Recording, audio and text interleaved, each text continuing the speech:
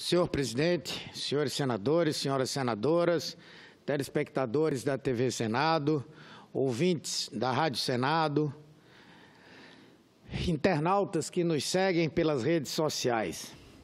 O Brasil, senhoras e senhores, continua de ressaca.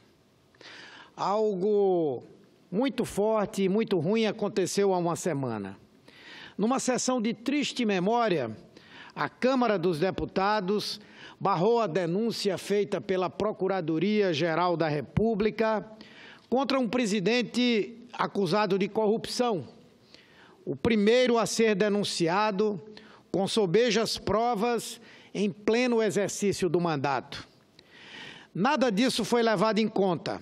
Aliás, a conta foi grande e será paga por todos nós. Há uma semana, aqueles que deveriam estar neste Congresso representando o povo acabaram decidindo poupar quem está contra o povo.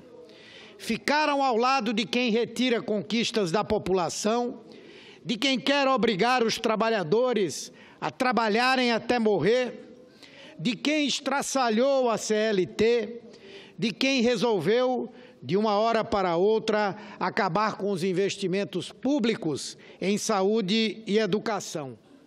A Câmara deu as costas para o povo, ignorou as ruas. E o pior de tudo é que, a exemplo do que fizeram ao aprovar o impeachment de uma presidenta sem qualquer crime de responsabilidade comprovado, os senhores deputados também ignoraram solenemente o mérito da questão. De nada adiantaram as provas. Os filmes com um amigo íntimo do presidente carregando uma mala de dinheiro para pagar a mesada do chefe. De nada adiantaram os depoimentos contundentes, chamando o presidente de chefe da maior quadrilha já existente na vida política deste país. De novo chegaram à Câmara com o julgamento já feito, com o veredito debaixo do braço ou dentro do bolso. A negociação espúria e a compra desbragada de apoio à base repercutiu não só aqui no Brasil. Foi manchete na imprensa internacional e manchou mais uma vez o nome do Brasil lá fora.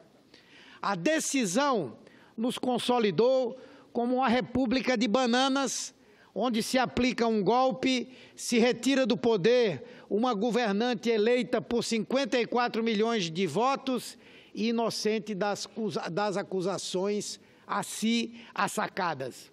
Ao mesmo tempo, um país ou representantes desse país onde se poupa um presidente corrupto que recebe corruptores na calada da noite.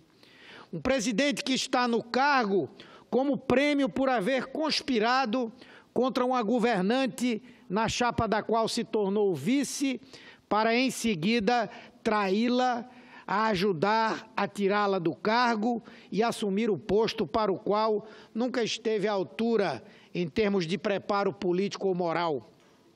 A prova do despreparo dessa minúscula personagem que acabou virando presidente da República é a equipe que ele montou, o programa de governo que vem tocando e que já estava pronto e acabado pelas mãos dos empresários da Fiesp e do PSDB, as medidas que vem adotando.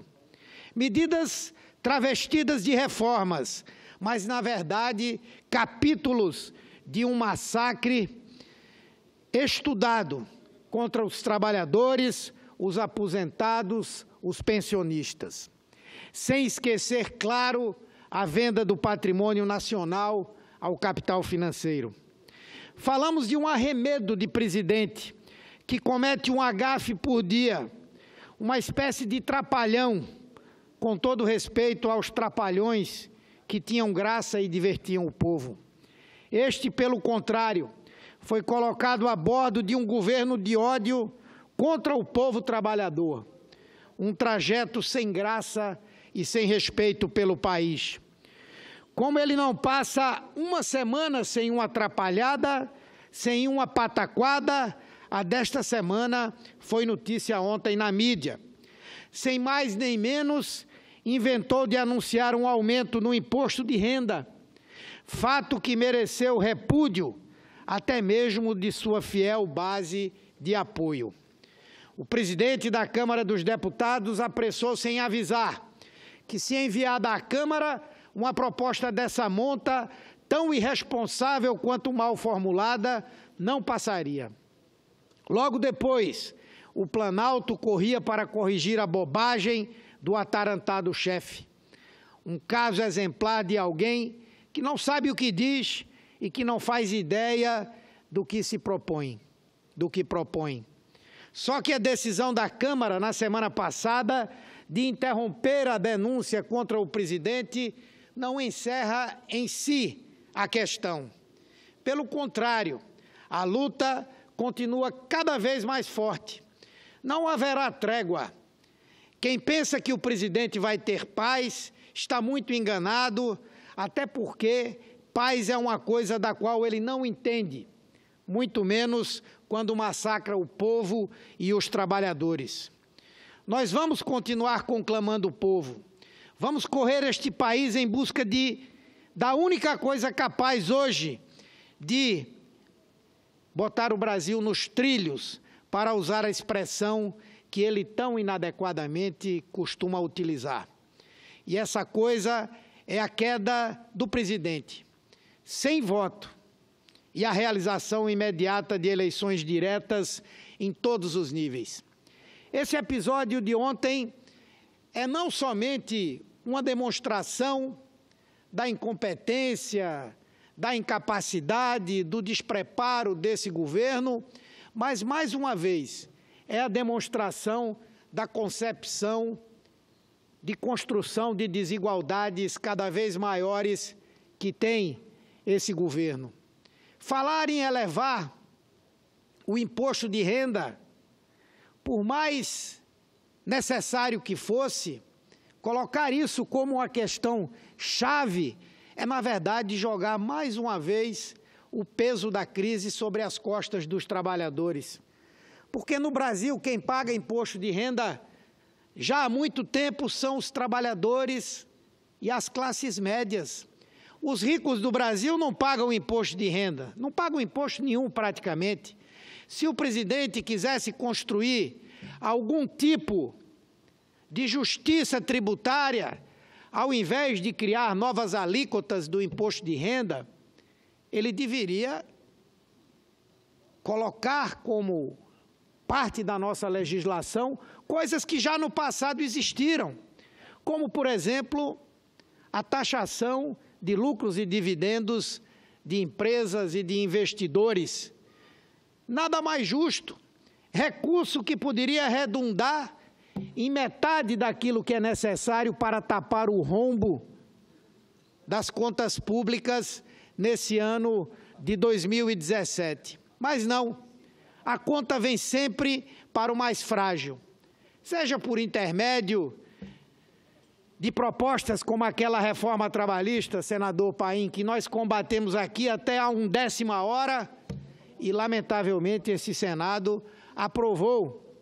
E as consequências dessa reforma, antes mesmo de que ela esteja na mais absoluta e plena vigência, já se fazem sentir. São empresas privadas a promoverem planos de demissão voluntária, são os bancos públicos, as empresas estatais. A Caixa Econômica se propõe a fazer um PDV para retirar milhares e milhares de trabalhadores e contratar trabalhadores terceirizados, recebendo 30%, 40% do salário daqueles que ingressarem no plano de demissão voluntária. Então, senhor presidente, não quero extrapolar o meu tempo, mas quero dizer que a cada dia que se passa fica mais claro que o Brasil não tem governo, que o Brasil não tem rumo e que é cada vez mais urgente e necessário que o povo desperte e acorde, vá para a rua e exija a realização de eleições diretas antecipadas para que assim nós tenhamos a esperança mínima de podermos começar a tirar o Brasil da crise. Muito obrigado, senhor presidente.